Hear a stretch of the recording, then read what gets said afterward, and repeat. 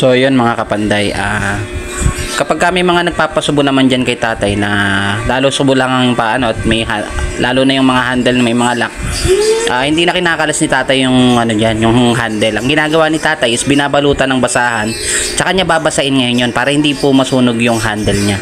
Paminsan-minsan kasi syempre pahiiranan na lang din natin yung diskarte natin para mapadali yung trabaho natin.